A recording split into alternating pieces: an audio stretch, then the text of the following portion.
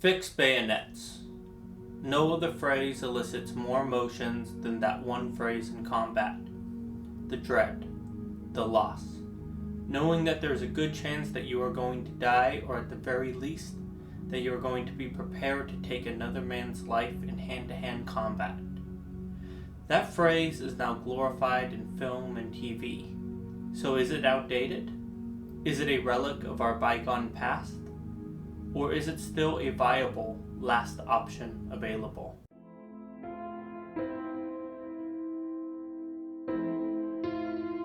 If you look up online, what was the Last Bayonet Charge? One of the references that you're probably going to see is one of February 5th, 1951. It was during the Korean War, and it was done by Captain Lewis Millet, a man with a unique background, where during World War II he had joined the US Army and deserted it, only to fight the war for Canada, and it was because the US was taking too long to enter the war.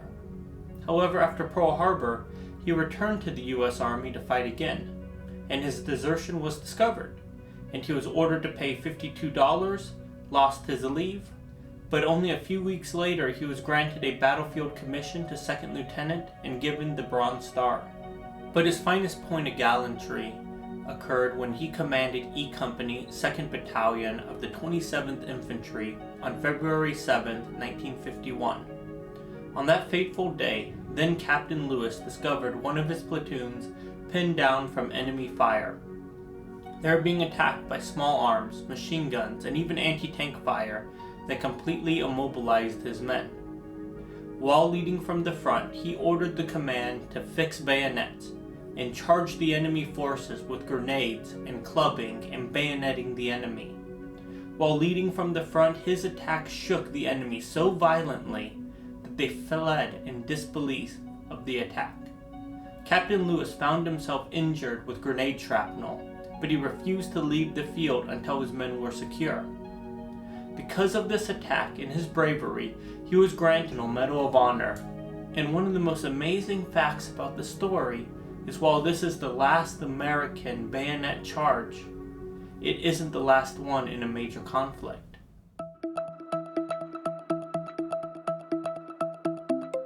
Let's figure out what a bayonet is first. The first reference to the bayonet comes from Chinese literature, and it's called the Binglu, dated 1606. It was a type of plug bayonet, or the type that goes into the end of the barrel. Considering it could take a minute or longer to reload the gun, and their reliability isn't the greatest, having a plug bayonet where you can't shoot the weapon once it's in isn't a problem. Remember, these weapons could be marginally reliable at the best of times, having all sorts of problems leading to a misfire, from the match, or the piece of burning rope used to trigger the gun, going out, or the gunpowder getting wet when it rained.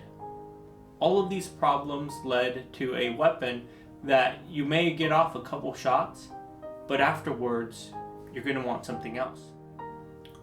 So what is the advantage of a bayonet? Well, it takes a non-functioning gun and it makes it useful.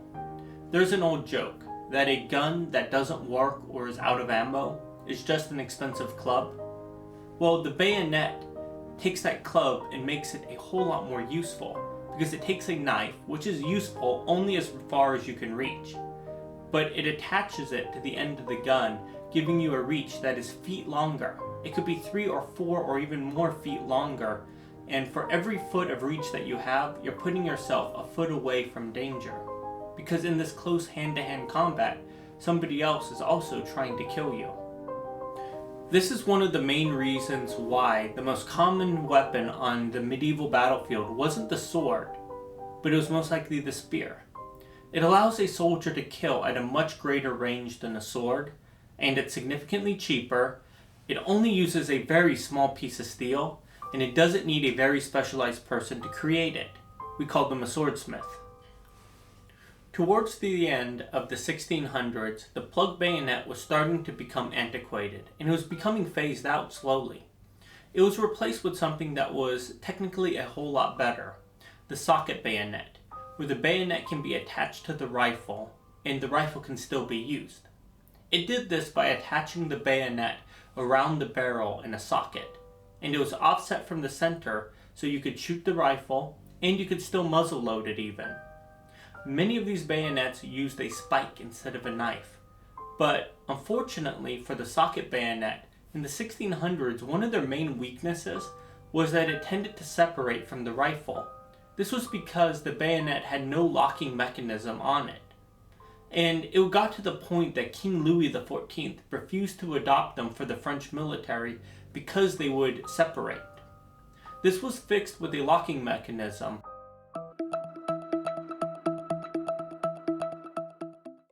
How about the modern usage of bayonets? We've seen it in films and TV shows all the time, from Band of Brothers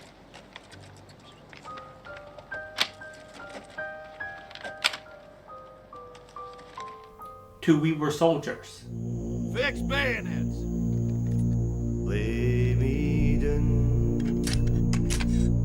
But when was the Last Bayonet Charge? Well, in October 2011, Lance Corporal Jones led a bayonet charge against the Taliban for the British forces in Afghanistan. This charge was to combat a dire situation. On that fateful day, Corporal Jones and his patrol were meant to draw out insurgents, intimidating the Kar-Karin village.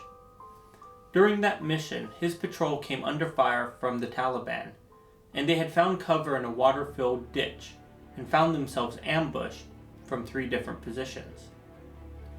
With a rule of thumb that the only way out of an ambush is through it, Corporal Jones had 2 soldiers providing covering fire, and he ordered the other 3 men in his patrol to fix bayonets, and they charged the enemy. Running across a 260, 80-meter open field under fire, Jones and his patrol disoriented the Taliban fighters with their charge and broke their attack. While it may not be as effective as a bullet, it's a psychological force multiplier, just like a flamethrower. And this is because of our inherent fear of a piece of sharpened metal attached to a long stick, held by somebody running at you and trying to kill you. This results in the command to fix bayonets to be one that should never be taken lightly by those with the bayonets or those facing them. So Godspeed, and may you never be on either side of this last option available.